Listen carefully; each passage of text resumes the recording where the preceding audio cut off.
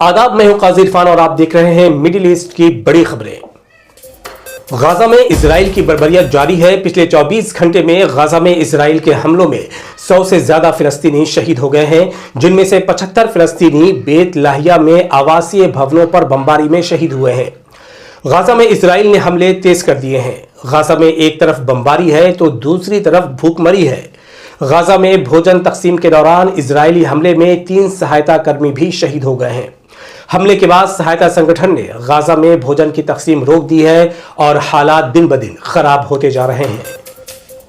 Hamas की सैन्य शाखा अल-क़स्साम ब्रिगेड ने एक इजरायली बंदी का वीडियो जारी किया है। इस वीडियो में अमेरिका के नवनिर्वाचित राष्ट्रपति डोनाल्ड ट्रंप के लिए एक संदेश है। इजरायली बंधक वीडियो में डोनाल्ड ट्रंप से कहता हुआ नजर आ रहा है कि मैं एडन अलेक्जेंडर हूं और मैं 420 दिनों से ज्यादा समय से हमास की कैद में हूं। मैं इजराइल के प्रधानमंत्री नेतन्याहू को संबोधित कर रहा हूं, जिन्हें मैंने ये कहते हुए सुना है कि वो हमें मुक्त करने वाले किसी भी व्यक्ति को $5 मिलियन देंगे। लेकिन प्रधानमंत्री नेतन्याहू जी, आपने हमें गाजा में छोड़ दिया है और आपको हमारी कोई फिक्र नहीं है। अमेरिकी इजरायली नागरिकता रखने वाले अलेक्जेंडर ने अपने भाषण के सबसे महत्वपूर्ण हिस्से में अमेरिका के भावी राष्ट्रपति डोनाल्ड ट्रंप को संदेश भेजा है, जिसमें उन्होंने कहा है कि एक अमेरिकी के रूप में मैंने हमेशा अमेरिका की शक्ति पर विश्वास किया है और इसी कारण से मैं आज आपको ये संदेश भेज रहा हूं और आपसे अनुरोध करता हूं कि आप हमें मुक्त कराने के लिए बातचीत करने के लिए अपने प्रभाव का इस्तेमाल करें और गाजा में जो बाइडेन की गलती को न दोहराएं। इजरायली बंधक ने कहा है कि मैं इजराइल की आवाम से हर दिन प्रधानमंत्री पर दबाव बनाने के लिए सड़कों पर उतरने का आह्वान करता हूं।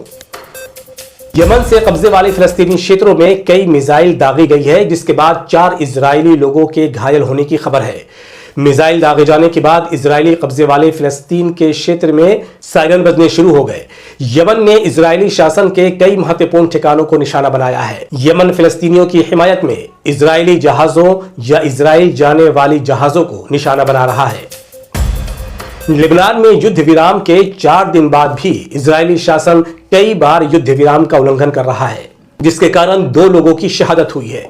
इजरायली सेना ने दक्षिणी लेबनान के अल ख़याम शहर में कई जगहों को निशाना बनाया है। मीडिया आउटलेट के अनुसार संघर्ष विराम लागू होने के बाद से इजरायली संघर्ष विराम उल्लंघन में कम से कम 2 लेबनानी मारे गए हैं और 10 अन्य घायल हुए हैं। उल्लंघनों में हवाई हमले, तोपखाने की आग, ड्रोन गतिविधि, गोलीबारी, दक्षिणी गांव में घुसपैठ और लेबनान के विभिन्न हिस्सों में वाहनों को जलाना और नष्ट करना शामिल है।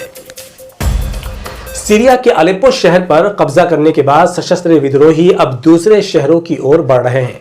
ये राष्ट्रपति असद के लिए बड़ी चुनौती है। हालांकि उन्होंने दावा किया है कि उनकी सेना विद्रोहियों को हरा देगी। ये कब्जे ऐसे समय में हुए हैं जब असद के सहयोगी रूस और ईरान अपने स्वयं के संघर्षों में व्यस्त हैं।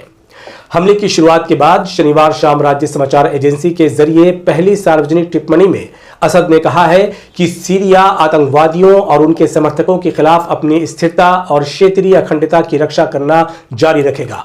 उन्होंने कहा कि सीरिया उन्हें हराने में सक्षम है, चाहे उनके हमले कितने भी तेज क्यों ना हो।